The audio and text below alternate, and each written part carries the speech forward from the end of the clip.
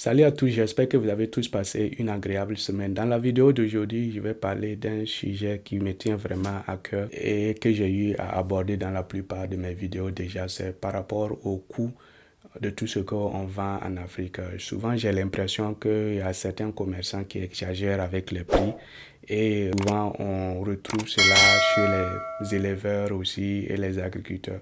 Il suffit seulement que le prix de l'essence augmente et puis tout le monde se met à augmenter tout sans même faire des calculs pour voir si vraiment ils peuvent toujours garder leur prix. Chacun essaie de se faire le maximum d'argent qu'il peut. Souvent même d'autres, après avoir vendu leurs produits, se retrouvent avec un 100% de bénéfices, souvent même un 200% de bénéfices. Et c'est le consommateur final qui en souffre la plupart du temps. Donc dans la vidéo d'aujourd'hui, je vais parler de l'art de vendre moins cher pour pouvoir se faire plus de bénéfices. Les Chinois déjà appliquent ce système avec les pays francophones. C'est pour ça qu'on préfère aller acheter en Chine que d'aller acheter certains produits aux États-Unis. Dans la vidéo, je vais prendre l'exemple d'un jeune fermier qui a commencé sa ferme avec 1000 poulets de chair de 45 jours. Et ensemble, on va faire les calculs et vous allez voir que on peut bien vendre nos poulets, nos œufs, notre maïs à un prix vraiment raisonnable pour que toute personne puisse acheter cela parce que c'est notre objectif pouvoir produire pour pouvoir écouler. Ça sert à rien de produire et puis tu peux pas écouler parce que le prix de tes aliments ou le prix de tes produits sont vraiment élevés et que la plus grande partie de la population ne peut pas acheter tes produits parce que nous savions en Afrique que la plupart des ménages n'ont pas assez de moyens pour pouvoir acheter certaines choses. Donc c'est à nous, la nouvelle jeunesse, d'essayer de revoir les prix au lieu de partir avec la masse et puis fixer des prix souvent qui ne sont pas vraiment justifiés. À la fin de la vidéo, je vais parler de comment aussi réduire les coûts de production pour pouvoir faire plus de bénéfices. Je m'appelle Willy pour tous ceux qui regardent mes vidéos pour la toute première fois. Sur cette chaîne, je parle d'agriculture, d'élevage, mais aussi de l'entrepreneuriat des jeunes en Afrique. Comme je l'ai dit, dans cette vidéo, nous allons prendre l'exemple d'un jeune fermier qui commence sa ferme pendant la saison sèche avec 1000 poulets de chair de 45 jours. Disons qu'il a déjà le terrain, il a le bâtiment et il est prêt à démarrer. Donc, il part, il achète les poulets de chair 1000 à un prix unitaire, disons 500 francs l'unité, ce qui va donner 500 000 francs pour les 1000. Ensuite, il achète les aliments. Au démarrage, il décide d'acheter 20 sacs qui lui coûte 18 000 francs, par exemple, les sacs de 50 kilos, ce qui va lui donner 360 000 francs. Et pour la croissance jusqu'à la vente, il utilise par exemple 60 sacs de 50 kilos au prix de 18 000 francs CFA aussi. Le sac de 50 kilos, ce qui va coûter autour de 1 80 000 francs. Ajoutant à cela, par exemple, les frais de vétérinaire, disons qu'il a eu recours à un vétérinaire, a acheté les vaccins et tout, et cela lui a coûté par exemple 70 000 francs. Et aussi, disons qu'il a acheté du charbon pour le chauffage autour de 5 000 francs. Et aussi, il a eu à acheter de la litière autour de 60 000 francs. Et il a eu à payer son employé durant ces 45 jours 60 000 francs. Et à cela, il se trouve que durant cette période, il a eu à perdre 5% de sa volaille, et ce qui va lui rester sûrement autour de 950 poulets. Donc, comme il lui reste 950 poulets, essayons maintenant de calculer le coût de production unitaire par poule, c'est-à-dire combien chaque poule lui a coûté durant cette période. Donc, si on prend les 1 635 000 francs, on divise par les 950 poulets qui restent, cela va donner 1721 francs par poule. Donc, chaque poule lui a coûté pendant cette période 1721 francs en CFA. Donc, ça, c'est le prix à laquelle, normalement, il doit vendre ses poules s'il veut faire du social. Mais nous savions tous que nous ne sommes pas là pour seulement faire du social. On veut aussi se faire un peu de l'argent. C'est vrai qu'on veut aider la population à se nourrir, mais aussi, on veut se faire un peu d'argent aussi. Donc, il va pas vendre cela à 1721, mais disons que ce jeune-là est comme moi, c'est-à-dire qu'il veut permettre à tout le monde de pouvoir acheter ses poules.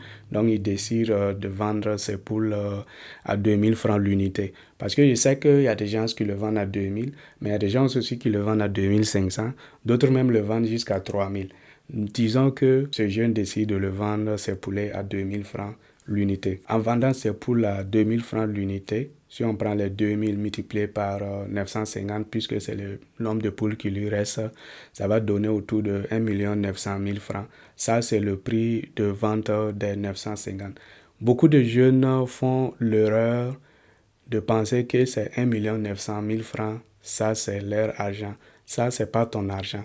Les 1 900 000 francs, c'est le prix de vente. Si tu veux savoir le bénéfice que tu as eu à faire, maintenant tu prends les 1 900 000 francs et tu soustrais le coût d'élevage, ce qui va donner 1 900 000 francs moins 1 635 000 francs, ce qui va donner 265 000 francs. Ce sont ces 265 000 francs qui est toi ton bénéfice.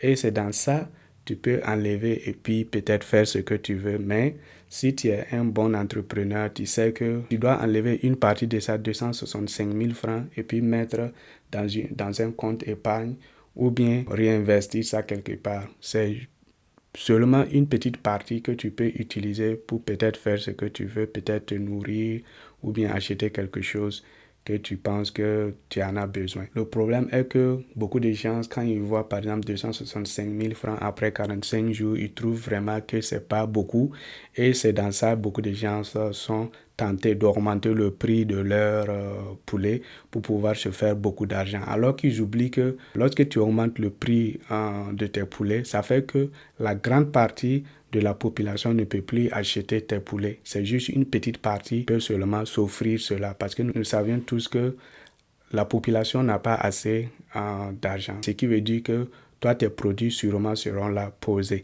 Alors que nous savions aussi que plus tu gardes tes poules, plus il faut les nourrir, il faut les soigner et plus le risque est élevé même souvent de perdre une partie de ces poules. Donc tu risques d'avoir une grosse perte. Je prends l'exemple dans mon cas.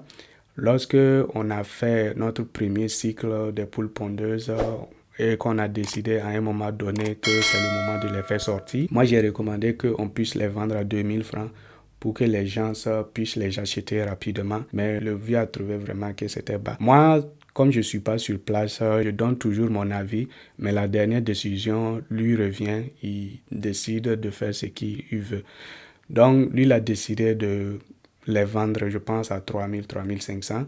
Et ce qui a fait qu'il a eu des difficultés à trouver quelqu'un qui va venir acheter les poules en grande quantité. Parce que ceux qui peuvent le faire doivent venir des grandes villes. Eux aussi, ils font les calculs pour voir si les prix les arrangent ou pas. Donc, la plupart du temps, trouvent que les prix étaient élevés pour eux pour venir acheter ces poules. Il a décidé de les faire sortir et puis les laisser dans la cour et les mélanger avec les coquelets. Et il espérait avoir des œufs fertiles pour pouvoir mettre dans la couveuse et faire des poussins.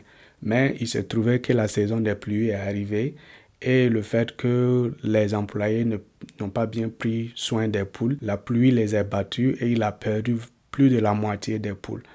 Donc, en voulant gagner beaucoup, en vendant à un prix élevé, par fini, on a perdu une très grande partie. Comme ça, c'est une perte totale. Donc, c'est pour vous dire, plus tu gardes tes poules parce que tu veux les vendre à un prix élevé, plus que le risque est élevé, peut-être même de perte.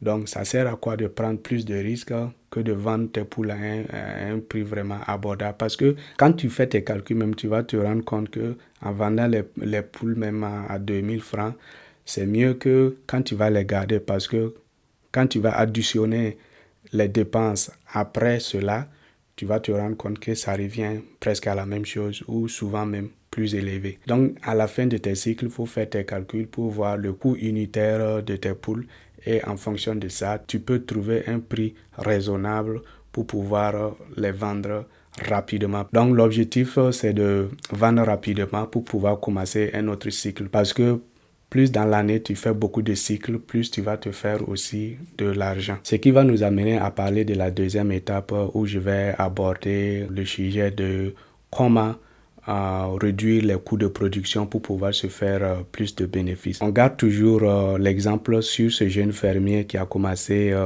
l'élevage des 1000 poulets de chair et pendant la saison sèche.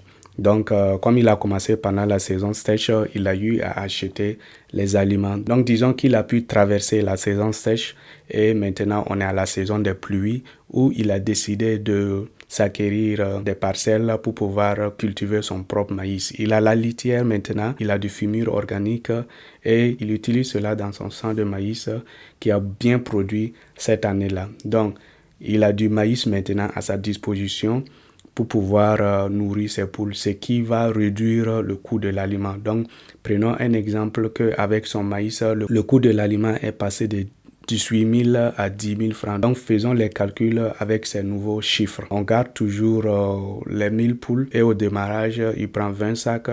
Au lieu de 18 000, le coût de l'aliment maintenant est devenu 10 000. Donc, 20 000 multiplié par 10 000, ça va lui donner 200 000. Et 60 sacs maintenant multiplié par 10 000 lui donne 600 000. On garde toujours la somme de 70 000 francs pour le vétérinaire. Et pour la chauffe, disons que quand il a pris les champs, il a eu à couper des arbres là-bas et il a transformé ces arbres en charbon. Donc, il n'a plus besoin d'acheter du charbon. Donc, ce qui va faire qu'il économise 5 000 francs. Et pour la litière, il a eu à cultiver de l'herbe. Donc, il a l'herbe aussi pour la litière. Il n'a pas à dépenser 60 000 francs. Mais son employé a bien travaillé et il est satisfait. Donc, il a fait une augmentation de 10 000. Maintenant, l'employé touche 70 000 au lieu de 60 000 francs.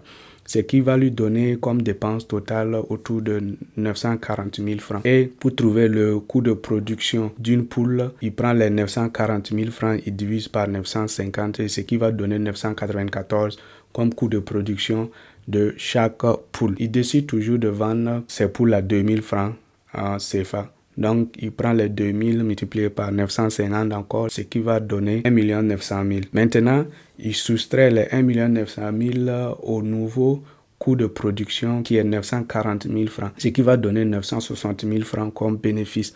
Donc, vous voyez, il passe de 265 000 francs à 960 000 francs comme bénéfice en produisant son propre maïs. Vous voyez, plus tu réduis le coût de production, plus tu auras des bénéfices. C'est vraiment important que vous trouvez des solutions pour réduire votre coût de production. Et une autre façon aussi de réduire ton coût de production, c'est augmenter le nombre des poules. Parce que pour une personne qui va acheter 1000 poussins, n'aura pas peut-être le même prix unitaire qu'une personne qui va aller acheter 5000 poussins ou 10 000 poussins.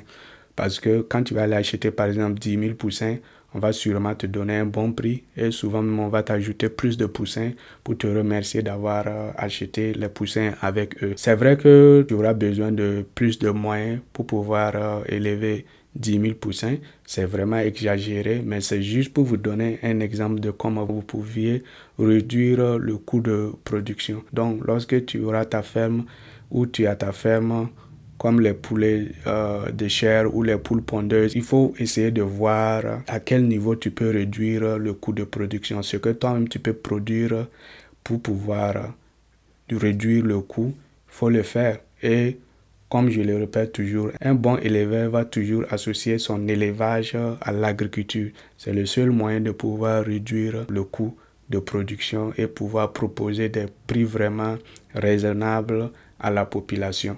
Parce que, comme je vous l'ai dit, c'est la seule façon de pouvoir éradiquer la pauvreté en Afrique. Parce que si la population peut se nourrir à moindre coût, ça veut dire qu'ils auront plus d'argent pour pouvoir se soigner et plus d'argent pour pouvoir faire des loisirs. C'est vraiment important.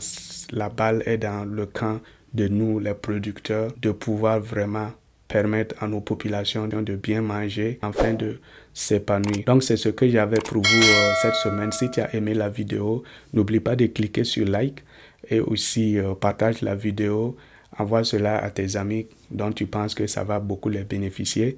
Et aussi, n'oubliez pas de commenter parce que sur cette chaîne, vous êtes la bienvenue de commenter, de donner votre avis. Peut-être que j'ai oublié certaines choses, mais si j'ai oublié certaines choses, vous pouvez juste ajouter. Vraiment, merci d'avoir regardé la vidéo jusqu'à là.